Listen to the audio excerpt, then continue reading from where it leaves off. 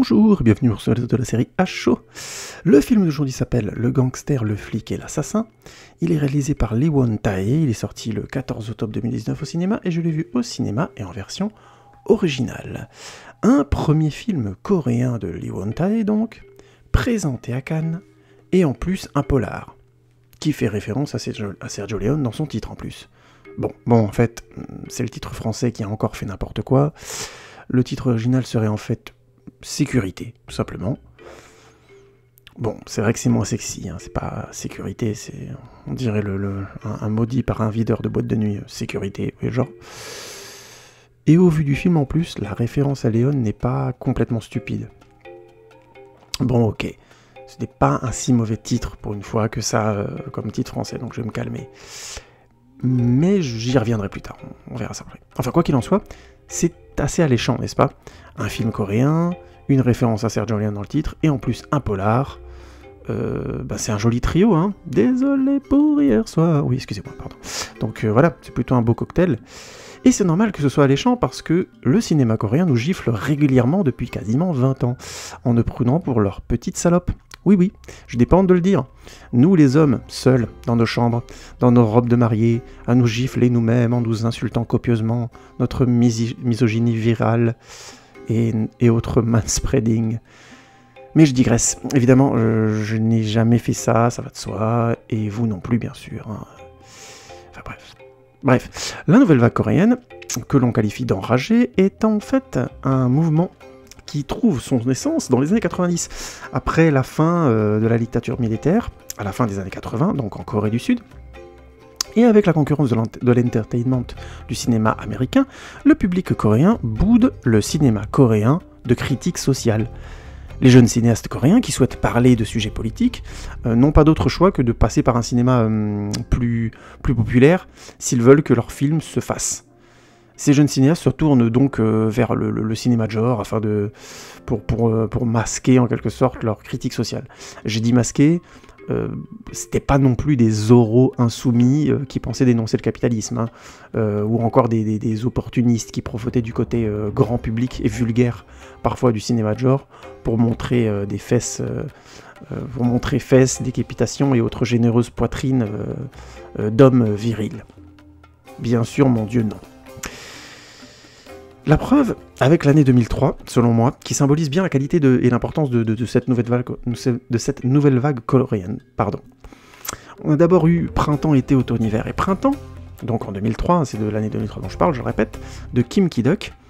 Oui, printemps, été, automne, hiver et printemps, le film aurait pu s'appeler Les Saisons, vu qu'un autre film s'est appelé Sécurité, donc voilà, on n'est plus à ça près, vous m'irez. Vous n'aurez pas tort, mais on y viendra plus tard. Pas de stress. Pose ce flingue, ok, on va y aller tout doucement. Donc, printemps, été, automne, hiver et printemps est le récit poétique d'un jeune bonze de son plus jeune âge auprès de son maître au printemps, avant sa découverte de l'amour en été, les turpitudes et les drames de la vie humaine en automne, avant son retour auprès de son maître en hiver, et enfin, avec le printemps capable de tout faire renaître. C'est un film tout simplement exceptionnel, profond, simple et poétique. Une première gifle. Le film a été multi-récompensé. Je vous l'ai dit, hein, ils nous ont tous giflés, hein, les cinéastes coréens à cette époque. Hein. Robe de mariée, tout ça, tous traumatisés on est, il n'y a aucun problème. Hein.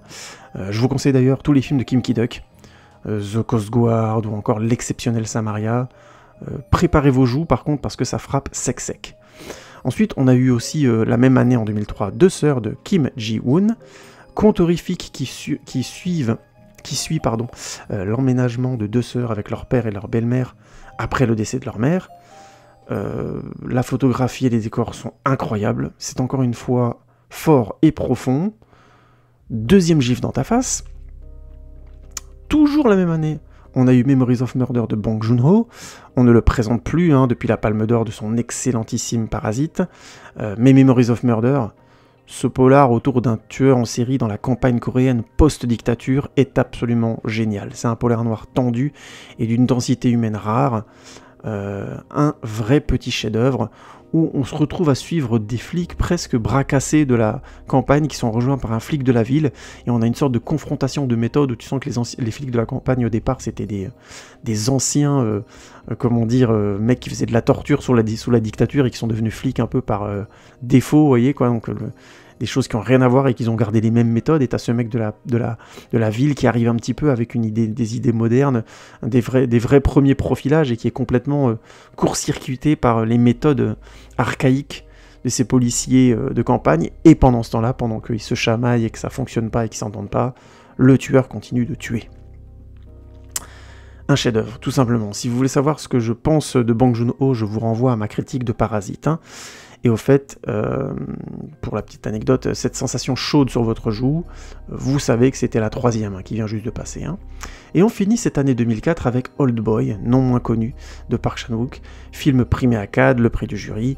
Cette histoire de séquestration durant 15 ans et de vengeance barbare au style baroque et flamboyant a achevé de consacrer Park Chan-wook comme l'un des tout grands cinéastes du début de ce siècle. Et je vous renvoie à ma critique de Mademoiselle, son dernier film, si vous voulez connaître mon avis sur ce cinéaste. Et évidemment, la 4e gifle, vous l'avez pas vu venir. Et grosso modo, c'est comme ça depuis quasiment 20 ans. Tous ces réalisateurs ont continué à nous gifler, avec Snowpiercer, The Host, Thirst, Mademoiselle, The Mother, etc. Et même quand ils ont fait des films plus mineurs, ils étaient très bons, voire excellents. A Bittersweet Life, Lady Vengeance, I Saw the Devil, The Good, the Bad and the Insane, etc., etc., etc. Sans compter les nouveaux réalisateurs qui ont émergé entre-temps, comme Na Hong-jin, avec l'excellentissime, le formidable The Chaser, film qui suit les tribulations d'un ancien policier devenu Mac, un Mac assez violent, très violent même, avec ses prostituées, et qui un jour voit une de ces prostituées être kidnappée par un assassin sadique, et qui redécouvre en lui la fibre de la police. Bien sûr, malheureusement, entre-temps, ses anciens coéquipiers n'ont plus confiance en lui, il est devenu pimp, et en plus pas le meilleur des pimps. Du coup, il est un peu confronté à une sorte de double attaque. D'un côté, il doit retrouver l'assassin, de l'autre, il doit se confronter à son passé, et au fait que c'est devenu un homme sans morale. Je vous conseille de voir The Chaser, c'est exceptionnel. Bref, on a tous eu les joues bien rouges. Le cinéma coréen nous a mis un sac à dos avec le BN et le jus d'orange et nous a envoyés à l'école. Tous autant qu'on était critiques, cinéastes, enfin apprenti réalisateur comme je l'étais, comme je le suis toujours aujourd'hui. Mais du coup, nos attentes sur le cinéma coréen sont devenues beaucoup plus grandes. Au minimum, on attend de très bons films, et en fait, on espère d'excellents films, voire même des chefs-d'œuvre, très souvent. Alors, avec de telles attentes, où se situe le gangster, le flic et l'assassin? Donc, pitch. Jang Dong-soo est un boss mafieux respecté. Après un banal accident de voiture, il est agressé au couteau. Déshonoré par cette attaque qui l'a envoyé à l'hôpital, il doit absolument retrouver l'agresseur et le faire payer. Mais pour retrouver ce tueur particulièrement hiératique, il va devoir s'associer à un jeune flic très entreprenant et orgueilleux qui déteste par-dessus tout les gangsters. Le gangster, le flic et l'assassin est donc la première réalisation de Lee Won-tae, qui était à la base, qui est plus un producteur à la base.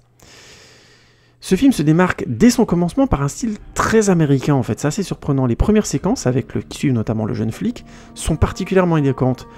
Il fait le cow-boy face aux gangsters, il ne respecte pas ses chefs, il est adepte de la justice à la tatane, puisqu'on le voit tataner très très vite des gangsters en mode « c'est moi le flic et fermez tous vos gueules ». Et il y a même une musique qui le présente un peu comme une sorte de petit cow-boy, un gimmick qui revient régulièrement plusieurs fois dans le film, notamment dans sa première partie. On sent vraiment l'inspiration, L'Arme Fatale, Die Hard, tous ces films un peu hard-boiled, fin d'années 80, début des années 90, qui avaient exactement des flics avec le même type de caractère et le même type de présentation, avec la petite musique qui les accompagnait. Je vous renvoie au premier L'Arme Fatale, avec la musique qui accompagnait toujours Mel Gibson, le personnage de Martin Riggs, pareil dans Die Hard. Ou même dans les films dans d'autres films de Bruce Willis ensuite.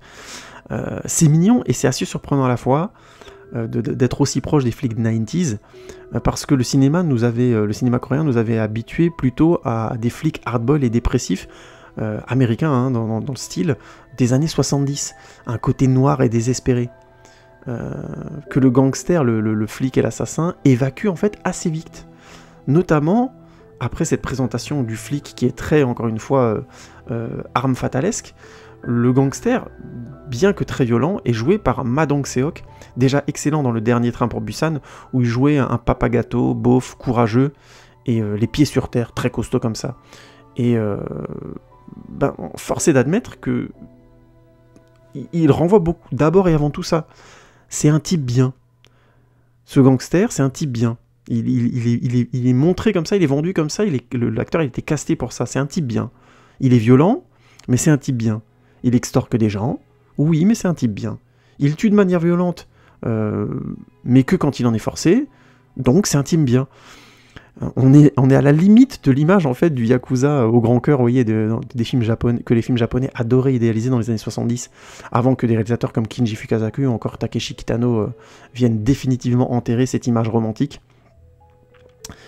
Mais en gros, dans Le Gangster, le flic et l'assassin, ça marche. On aime de suite ce gros nounours violent, on a tout de suite de l'attachement pour ce mec. C'est très réussi.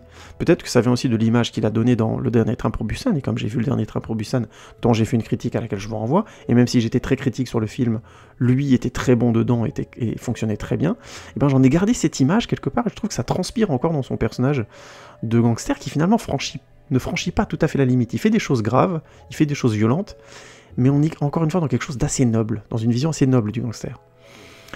Et alors, si on veut croire que le film a vraiment une référence aux années 90 en force, eh ben, il suffit de voir l'image que l'on fait dans l'assassin qui enfonce le clou du point de vue du film. Il tue par plaisir, et malgré un passé visiblement tragique, à peine esquissé en plus, hein, franchement, on ne s'en donne pas plus que ça, c'est un être malfaisant et manipulateur, avec une morale absente ou perverse. Bref, je viens de vous définir le méchant de film américain des années 90. Donc il y a vraiment aucun doute sur le fait que le film est beaucoup plus référencé à du cinéma américain des 90s, et de fin des années 80, début des années 90, que au cinéma coréen de ces dernières années. C'est évident. Donc vous avez compris, on n'est pas à Original Land, c'est clair. Hein, on est plutôt en train de voyager dans Stereotype Land ou plutôt dans 90s Land. 90 Land. Il y a un petit côté Hollywood Night. Je sais pas si vous avez connu ça, c'était des séries de films de série B, un peu glauques, un peu érotiques sur les bords, qui passaient sur TF1 le samedi soir, après 22h, 23h. Voilà, et ils ont profité pour passer des stocks de direct ou DVD américains ou de série B, qui parfois étaient sympas, parfois étaient la grande majorité du temps complètement nuls, voire complètement kitsch. Bref, ça s'appelait Hollywood Night, vous vous rendez compte? C'était assez insultant, hein, parce qu'en fait, les films à Hollywood étaient quand même bien meilleurs que ça. Bref, il y avait un petit côté péjoratif dans ce truc-là.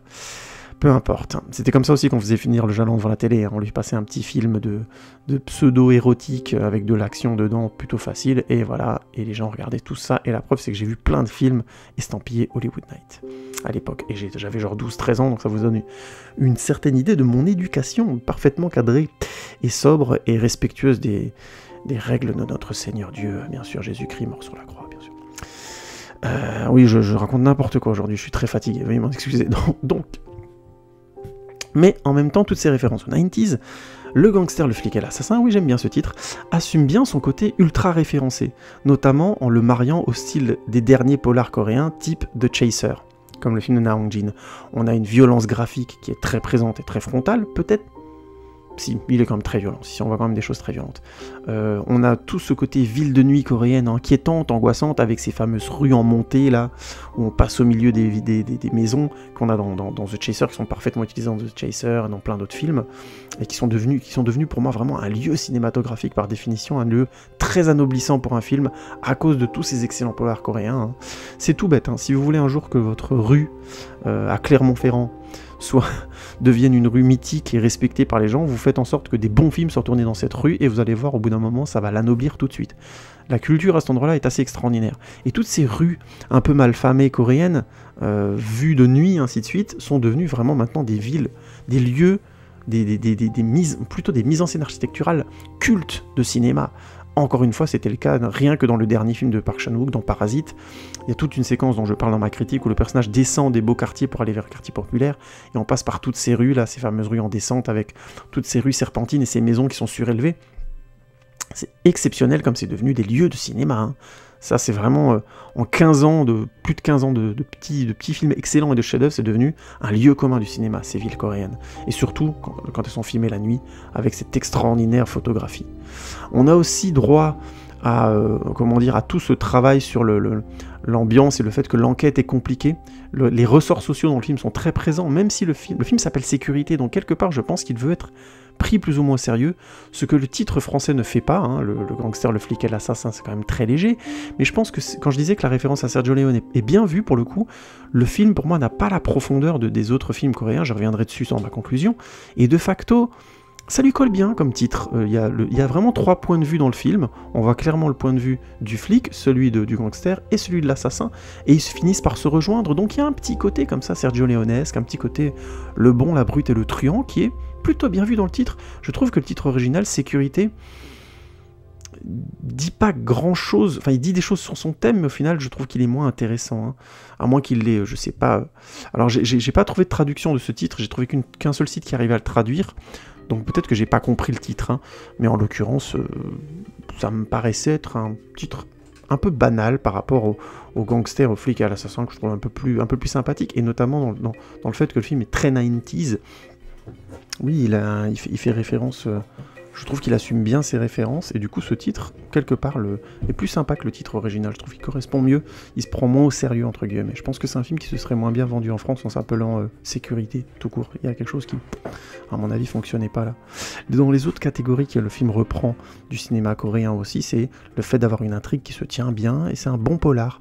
Je dis pas qu'on voit tout venir, c'est un film un peu plus évident que, comme je le disais avant, on n'est pas dans un film original par rapport à ça, mais ça reste un polar bien ficelé, avec des vrais petits moments de suspense bien foutus. Je vous passe les détails de comment les deux personnages finissent par grosso modo traquer l'assassin, mais toute cette période-là de traque est très très bien. On a de super effets, notamment des effets de grosso modo, pas d'illusion, mais on essaie de jouer sur le fait que l'assassin est toujours un peu autour d'eux, et notamment une séquence que je vais pas spoiler, qui est superbe à ce niveau-là, qui est très très réussie, et dont le résultat est assez glaçant.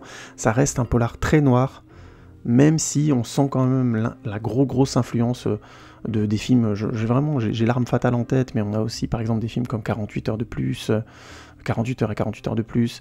C'était des films qui étaient des films des buddy movies, donc avec deux gars qui sont en général opposés et qui finissent par faire équipe, mais qui aussi avaient un fond noir et très violent, très hardball comme ça, qui débarquait un peu de nulle part, parce que ça n'avait pas forcément de raison d'être, mais c'était le style des réalisateurs de la fin des années 80, comme Walter Hill, Renny Harlin et tout ça. Ils avaient tous envie de réaliser dans ce genre-là, en mettant une dose de violence quand même assez prononcée dans le cinéma quelque part populaire, et on retrouve un petit peu ça dans le gangster, le flic et l'assassin, à la nuance près que ça correspond aussi au style coréen, et que de facto, je sais pas s'ils auraient pu faire autrement, puisque c'est quand même un film qui vise d'abord et avant tout le public coréen, et qui essaie de se rembourser d'abord sur le sol coréen. A priori, dans les infos que j'ai trouvées, c'est un film qui est en train de cartonner là-bas, ce qui me surprend pas, et surtout, ce qui est plus, pas étonnant, mais qui est impressionnant plutôt, le film cartonne aux États-Unis, et il a réussi, la semaine où il est sorti, à tenir tête aux grosses productions américaines, le week-end de sa sortie, ce qui est quand même une vraie surprise, et ce qui porte à croire que beaucoup d'autres polars de ce style vont essayer de faire leur place aux États-Unis, a priori, sur les écrans.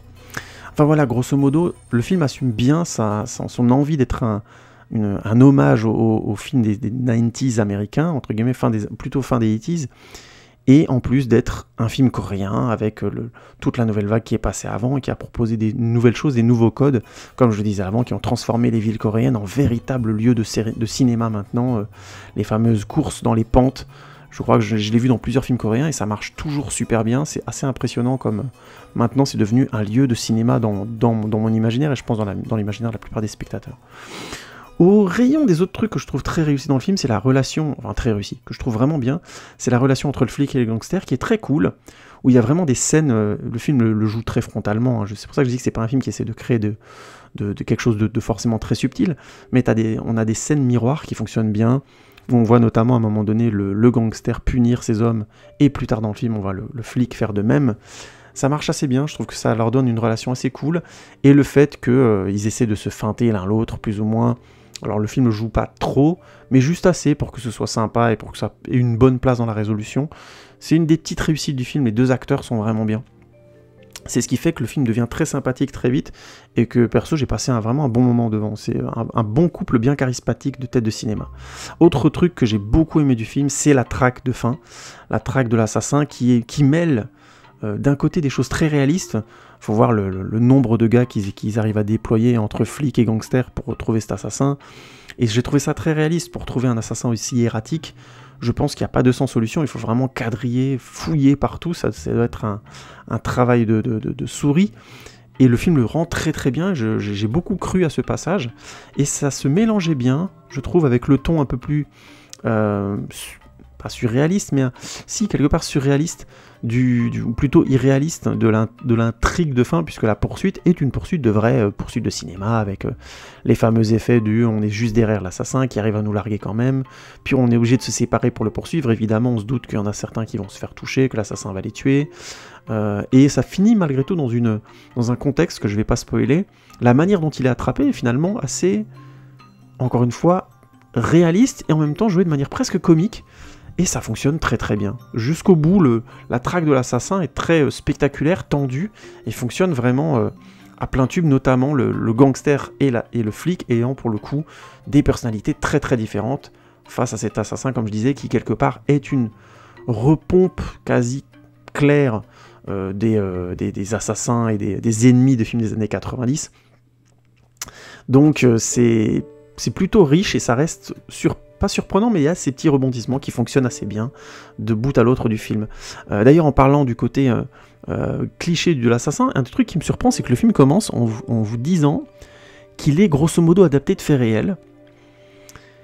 Et là, honnêtement, le film ressemble tellement à un film du début des années 90 américain, avec tous les clichés que j'ai cités avant, le flic hardboiled qui respecte pas sa hiérarchie, qui fait un tout un peu sur le coup de tête, qui applique la justice de la tatane, qui déteste les gangsters et qui est obligé de faire équipe avec eux, avec un gangster qui est quelque part un gangster violent, mais qui est un bon gars dans le fond.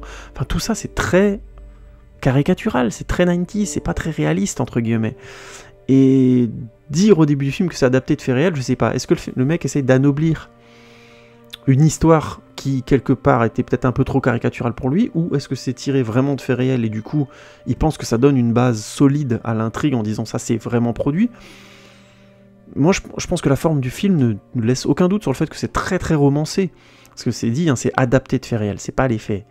Donc voilà, pour moi, c'est plus qu'adapté, c'est clairement un scénario de film... tout de polar, entre guillemets, bien maîtrisé, mais pour le coup, le réalisme, voilà, je l'ai pas ressenti.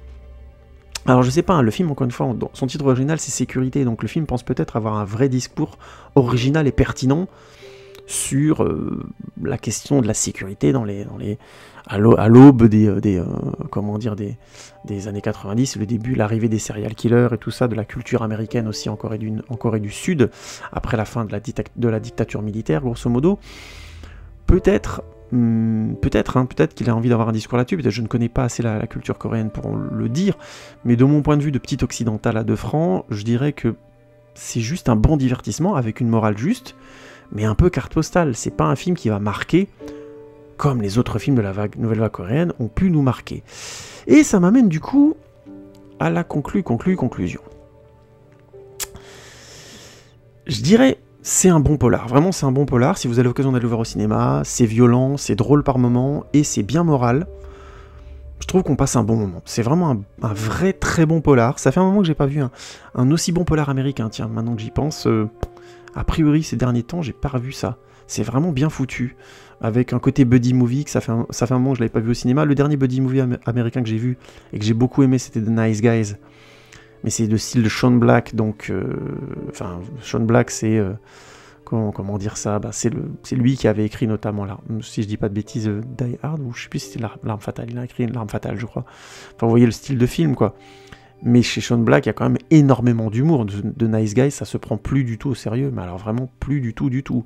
Tandis que là, le film se prend encore assez au sérieux, donc dans le gangster, le flic à l'assassin, pour que la violence fonctionne et qu'on finisse par avoir au final un film auquel on arrive à croire, alors que par moments il est vraiment drôle. Les moments où notamment le gangster et l'assassin arrivent à se feinter, c'est plutôt bien foutu, et il y a quelques vannes qui passent très bien. Après, d'un côté j'aime bien ce film, et je pense qu'il va avoir un succès qu'il mérite. Franchement, c'est un très bon polar, c'est peut-être le meilleur polar de cet été qui est sorti, donc les Coréens sont encore en train de nous mettre des gifles, hein, ça continue. Mais en même temps, quelque part, ça m'inquiète. Ça m'inquiète parce que c'est un film plus lisse, moins complexe, moins questionnant que ce qu'on a pu voir en Corée, venir de Corée, mais avec le style coréen, avec ce côté de film noir, cette violence, les fameuses villes dont j'ai parlé qui sont devenues vraiment des lieux de cinéma, la fameuse lumière, les scènes de nuit, la violence graphique et tout ça. Donc il y a tous les éléments, mais le problème c'est que d'une certaine manière, j'aimerais dire que tout modèle finit par lasser. Il faut faire gaffe à pas se caricaturer soi-même. Et je trouve que la force du cinéma coréen, c'est pas ce style. C'est pas d'avoir inventé un type de polar. C'est bien, c'est cool, et il y en aura des super encore, j'en suis convaincu. Mais c'est pas ça. Ça a été justement d'arriver avec des films avec des sujets forts, mais qui sont filmés de manière ambitieuse. The Mother, par exemple, c'est aussi un polar, mais je pense que vous avez jamais vu un polar comme ça. Memories of Murder, c'est le premier polar que j'ai vu, où d'un seul coup tu te retrouvais avec des flics de campagne confrontés à un tueur en série. Ça devenait un truc complètement absurde, où on passe de scènes glaçantes à des scènes de limite de comédie, et les deux se croisant, on se retrouve avec un contexte quasi hyper réaliste, et qui crée un frisson très spécial. J'ai pas ressenti ça, ce truc très spécial comme m'a fait ressentir Memories of Murder, je l'ai pas senti sur un autre film. Bref, c'est cette singularité-là, cette force-là, que le cinéma coréen doit continuer de produire. Et j'ai peur qu'un film comme Le Gangster, le flic et l'assassin, qui en plus marche mieux que les autres films coréens aux États-Unis, ben ça engendre une série de films comme ça, un peu faciles, sur lesquels qui irait vampiriser quelque part la production coréenne, parce que tout simplement ça marche. Alors, il faut m'entendre, j'aime beaucoup ce style baroque, hein, mais encore une fois, c'est un style. Un style, ça a toujours des limites, ça devient toujours un moment caricatural, il faut le sentir venir et essayer de s'en détacher. J'aime ce style, mais je préfère la singularité. On a plus besoin de la singularité. Dit comme ça, on dirait un slogan fasciste, hein, tu vois. Singularité, nous voilà, bon bref. Mais dans l'idée, je préfère le cinéma coréen quand il essaie à un moment de se détacher comme ça d'un style pour aller vers quelque chose d'un peu plus, on va dire, de personnel, parce qu'ils ont des réalisateurs qui ont vécu la dictature fasciste, et ça les a visiblement marqués. Je me rends compte, avant de conclure, que j'ai oublié de dire que les scènes d'action étaient très bien. Hein, il y a des scènes de poursuite en voiture, elles sont très bien. Pas beaucoup, il y en a une, je crois, mais elle est vraiment bien foutue. Toutes les scènes, il y a pas mal de scènes de combat à main nue et de chorégraphie à plusieurs, c'est assez violent, ça marche bien, c'est efficace. Encore une fois, le film n'a pas vraiment de choses à raconter à cet endroit-là, plus que d'avoir une scène d'action que soit, à part la première agression du boss, comme je parlais avant, du gangster, qui elle est très importante pour le scénario, et là on sent qu'il y a eu vraiment une grande application à montrer ce que c'était, à nous préparer en faisant grosso modo 2 fois la même scène en l'espace d'un gros quart d'heure. Je spoile pas, vous verrez comment. Mais évidemment, c'est très efficace. Tu sens vraiment que dans l'école du cinéma coréen contemporain, il y a eu un bond en avant, et une capacité à savoir mettre de la scène d'action en place qui clairement est présente maintenant dans leur production, même dans les films les plus, entre guillemets, je caricature, moyen, parce que honnêtement, ça fait longtemps que j'ai pas vu un film coréen moyen. Hein. Voilà, donc c'était juste pour dire, évidemment, les scènes d'action sont très bonnes, ça me paraissait pas évident de ne pas le souligner, mais bon, je veux pas qu'on me dise que j'ai pu l'oublier, quoi qu'il en soit. Merci beaucoup d'avoir écouté ce podcast, on se retrouve bientôt pour un nouvel épisode de HO, n'hésitez pas à Facebooker, tweetgrammer, et ainsi de suite. Hein. Surtout, likez évidemment, partagez bien sûr, mais surtout commentez, donnez-moi votre avis, c'est ça qui m'intéresse le plus. Je vous remercie beaucoup pour votre écoute, et je vous dis à bientôt pour une nouvelle saison de HO. On va commencer un nouveau principe avec des musiques à moi et tout le bordel, vous allez voir, on va s'amuser un peu plus dans le son. Vous me direz ce que vous en pensez, j'espère que ça vous plaira, j'ai hâte de vous faire écouter tout ça. À bientôt les amis, ciao ciao.